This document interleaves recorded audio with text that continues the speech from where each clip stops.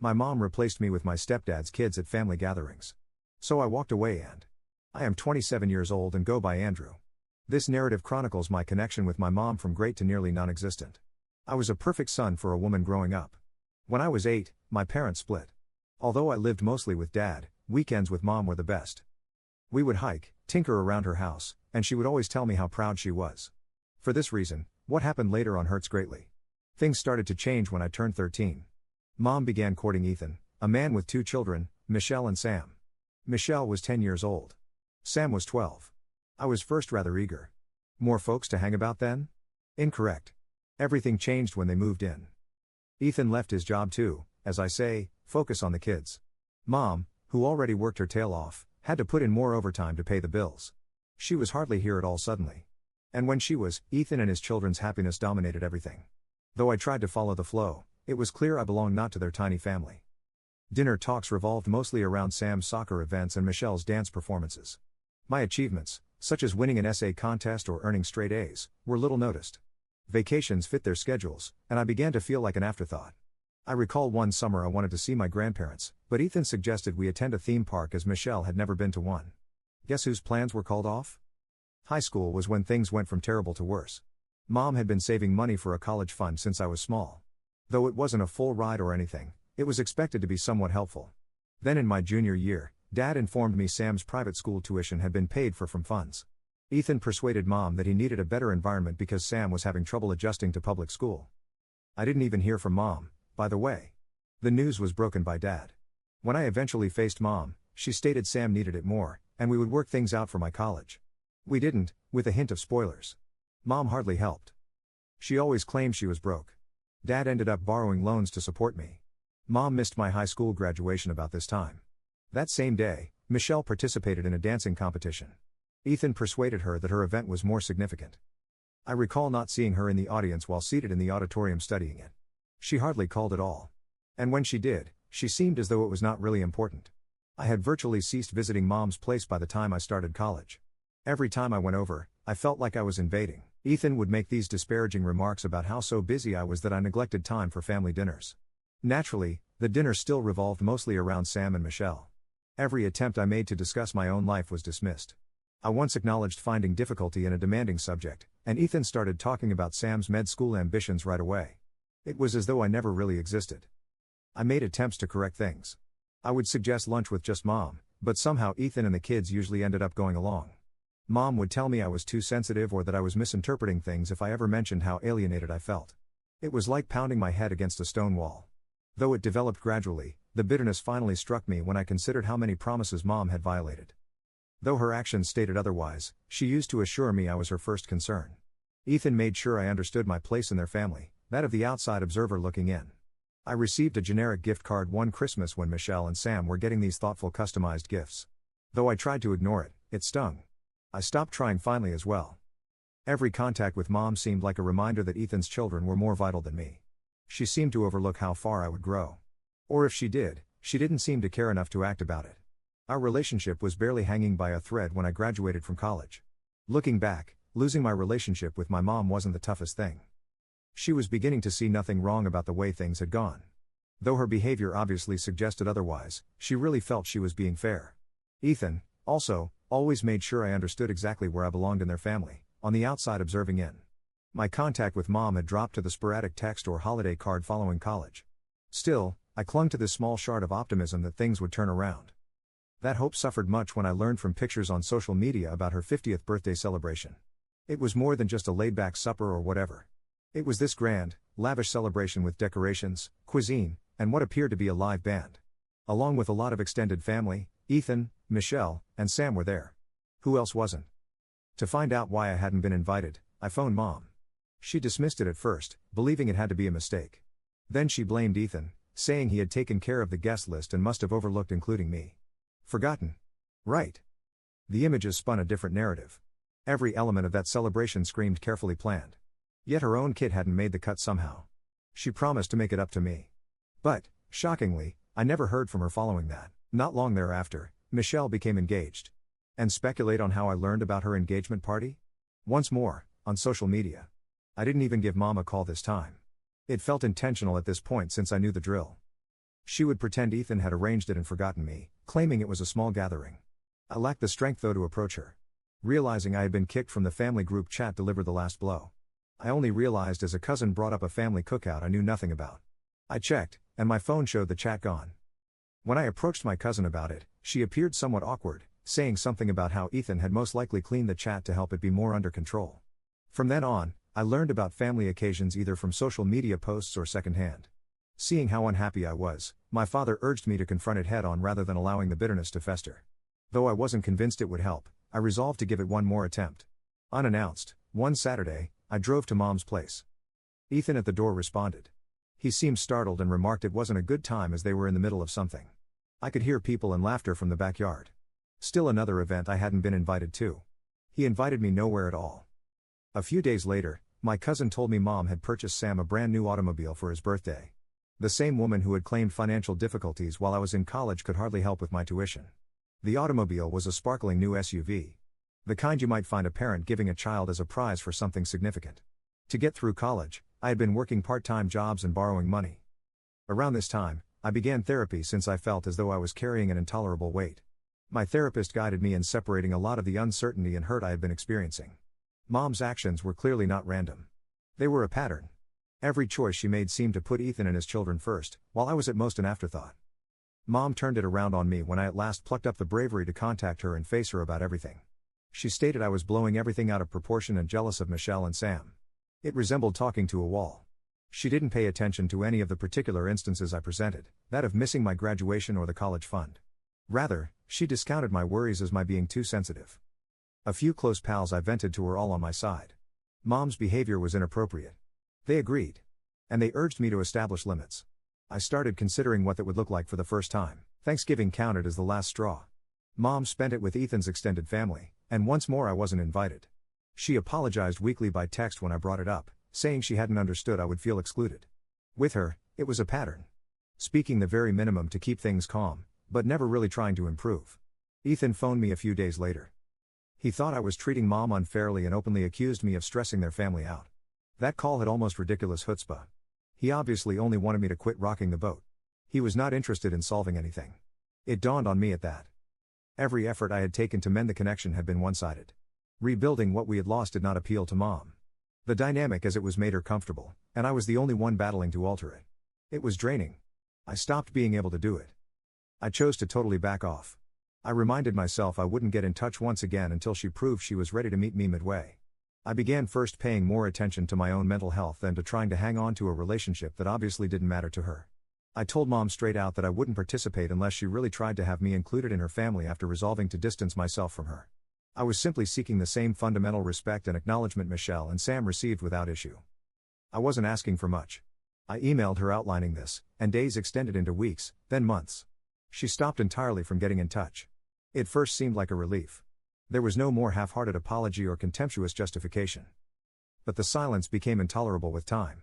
Over this period, my father was my rock. He urged me to concentrate on the elements of my life under my control, my job, my friendships, and my interests. His encouragement helped me to begin giving my work my whole attention. It turned out to pay off. A few months later, I was promoted with increased responsibilities and a pay raise. For the first time in a long time, I felt as though I was on firm ground creating a life free from Mom's approbation. I started hearing rumors from extended family just when I believed everything had calmed down. Ethan had been disparaging me, calling me selfish and unappreciative, spreading gossip about me. I was the one separating the family, he said. He had definitely omitted any reference to the years of seclusion and failed promises. Ethan had been guiding Mom's actions from the start, so one of my cousins drew me aside at a family gathering and confirmed what I had been hypothesizing for some time. He had allegedly urged her to concentrate on Michelle and Sam since following their parents' divorce, they needed stability. I suppose stability didn't apply to me. My therapist advised Mom to draft a letter. The intention was to express all I had been experiencing, free from the pressure of an instantaneous reply. It was about closing doors for me, not about persuading her to change.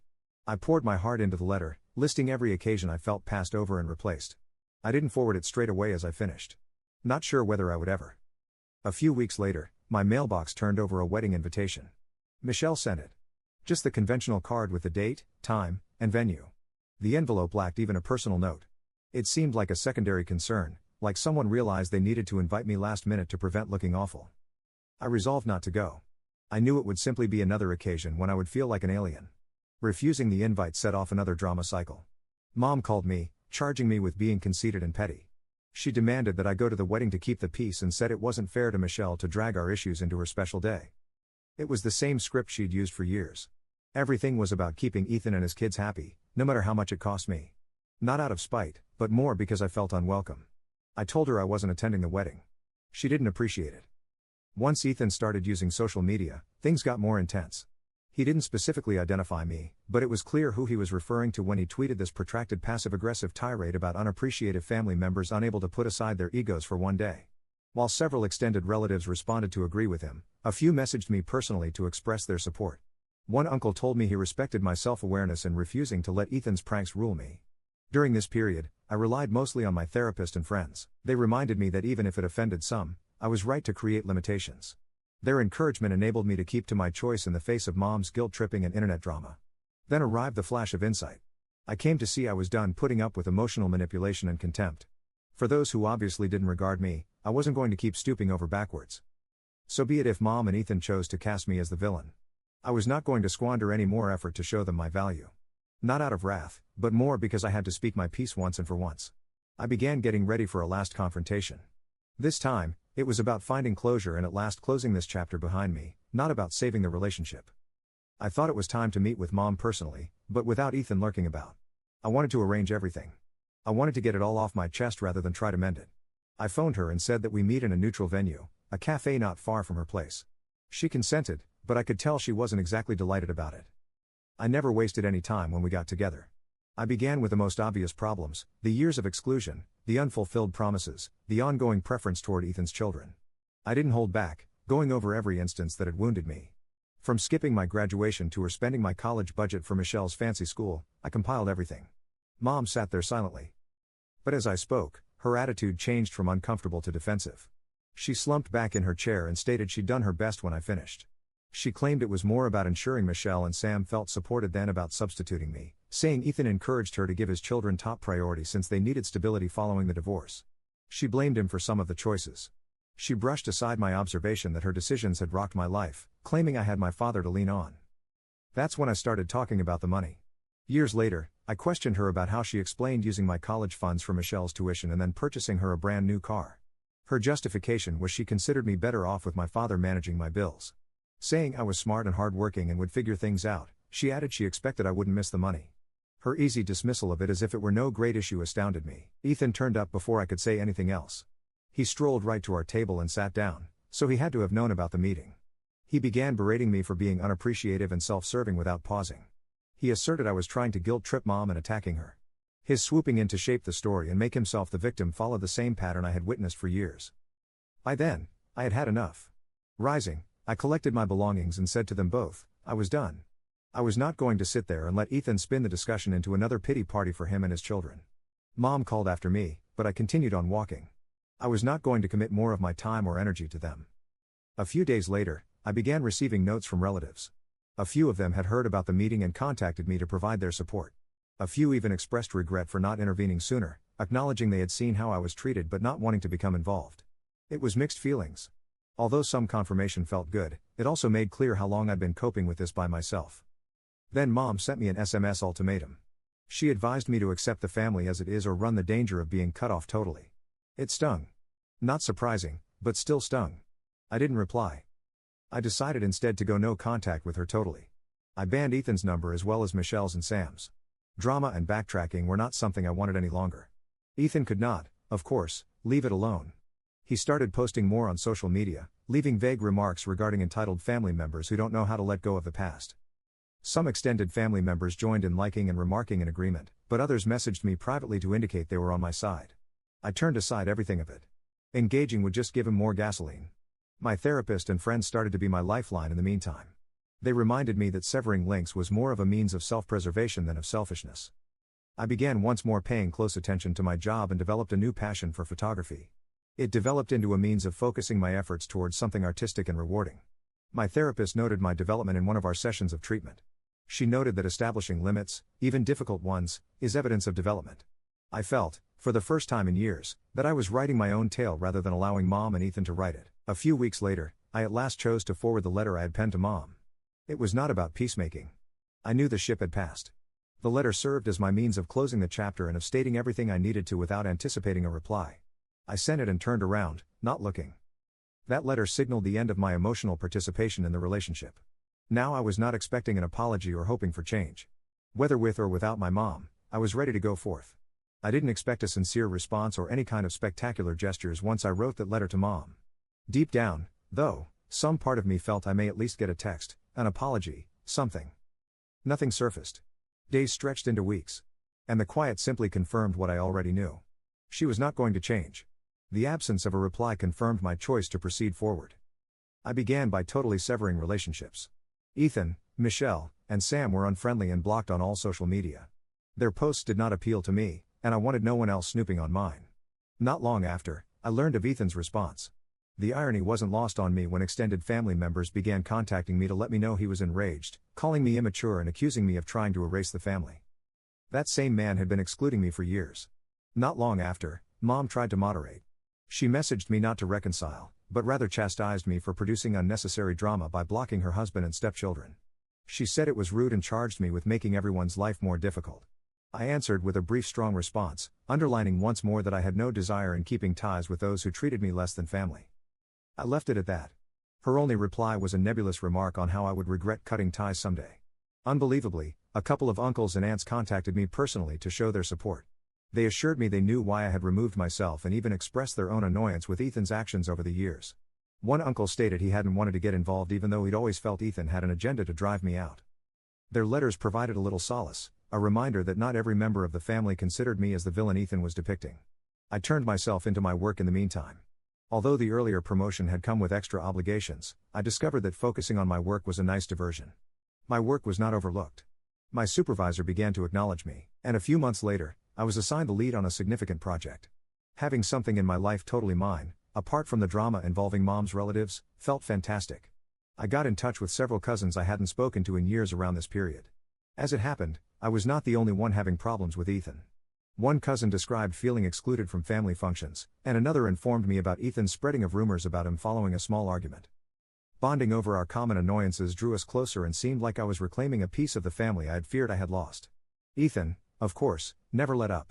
Through mutual friends, I discovered he was circulating tales about me, calling me a bad son, and asserting I was only severing relations because I was jealous of his children. I decided against participating. Reacting would simply provide him more gasoline. I resolved not to sink to his level. In treatment, I discussed all that had happened and how I was managing it. My therapist noted my great improvement in establishing limits and giving my health top priority. Hearing it let me realize how far I had come from beginning treatment. I was not the same person who had labored years to get Mom's approval.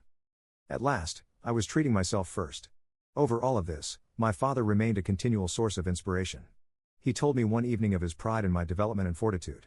Though it seemed little, it meant the world to me. All else, I had his constant support, which was plenty. Unexpected contact offered some closure I never knew I needed. Michelle crossed my path in a coffee cafe close by my workplace. She saw me, froze, then turned away fast as if she had not seen me. Though it was uncomfortable, it made one thing quite clear. Our relationship was irreparable, and I was cool with that. When I considered all that had transpired, my early years kept coming back to me. Though I had gone through so much, it had also strengthened me, acknowledging my own fortitude. I felt good about how I had handled such a trying circumstance. The chance for a new beginning arrived unannounced. My firm gave me an opportunity to move to a new branch in another city. Though it was a significant action, it felt like the ideal approach to end this chapter of my life. I turned down the offer, then started getting ready for my next round of travel. Though it was the one I needed, this was not the finale I had in mind from childhood. In years, I felt free for the first time. Changing cities was exactly the reset I needed. My first several weeks were a frenzy of unpacking, neighborhood exploration, and habit development. Being at a place where no one knew my story and where I could just be myself, free from the weight of my family's turmoil, was energizing. Through business, I began going to networking events. On a whim, I even joined a rock climbing group. Though I was not very good at it, learning anything new made me feel successful. The group was friendly, and soon I was befriending people who also loved adventure and personal development. Every ascent seemed symbolic, as if I was one foothold at a time, bidding farewell to my past. Mom broke the quiet couple of months in. I was surprised when she sent me a protracted email, though the tone was regretful as I went over it. I saw how much of it was about defending her behavior. He talked about how difficult it was to balance two families, how he thought I'd understand, and how he'd always tried his best. He admitted a few errors but framed them as required sacrifices for the greater good of his new family. It didn't sit right with me. The email seemed more like an effort to relieve her own guilt than an apology. Real responsibility was absent, and there was no recognition of the harm her decisions had done. Having twice read it, I chose not to respond. Engaging would merely reopen injuries I was trying to heal. I moved on, leaving the email unopened. Not long afterward, Michael abruptly contacted me. He asked me to go to his wedding. It was almost here. He presented it as a chance to repair the family. Given our years apart, the conversation was tense. It felt more like an obligation he was trying to meet than like a real olive branch. I gently turned down, knowing that my presence would only make matters awkward for all those involved. Word of my rejection spread fast. Ethan responded rather poorly as expected. A cousin told me he was once more calling me selfish and blaming me for causing division in the family. By now, it was almost humorous. I always played the villain in his story regardless of what I did. Rather than allowing it to consume me, I saw it as more evidence that staying apart was the wise decision. At work, meanwhile, things were running better than they had ever done. I was assigned leadership of a sizable initiative that turned out to be rather successful. I received an award for my contributions at the quarterly conference of the corporation. It was a proud moment that confirmed I was doing something significant for me, entirely outside of my family's troubles. Not long afterward, my father flew to see me. Having him present to celebrate my achievements felt like the best affirmation, as he had been my main supporter over this whole process.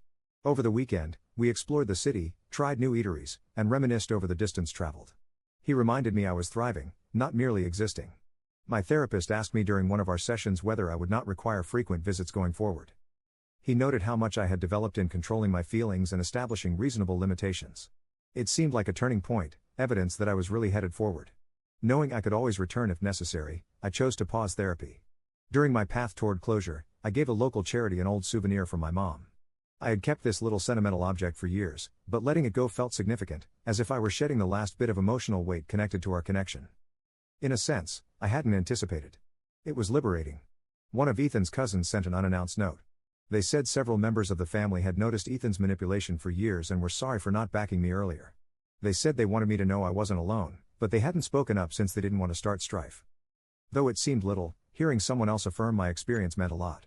I started seeing someone fresh about this time. Early days, yet the relationship felt different, better. I became aware of how much more secure I was in expressing my demands and establishing limits, something I had battled before. I felt, for the first time, as though I was creating something free from the weight of my family's past. Looking back on everything that had transpired, I became appreciative of the fortitude I had developed. Though it had been essential, cutting ties with my mom's family hadn't been simple, more focused, healthier, and happier than I had ever been. Although I couldn't turn back the past, I was glad of how I had seized control of my present. This was my story, not defined by the suffering I had gone through, but by the development and fortitude I had found within myself. This marks my fresh start.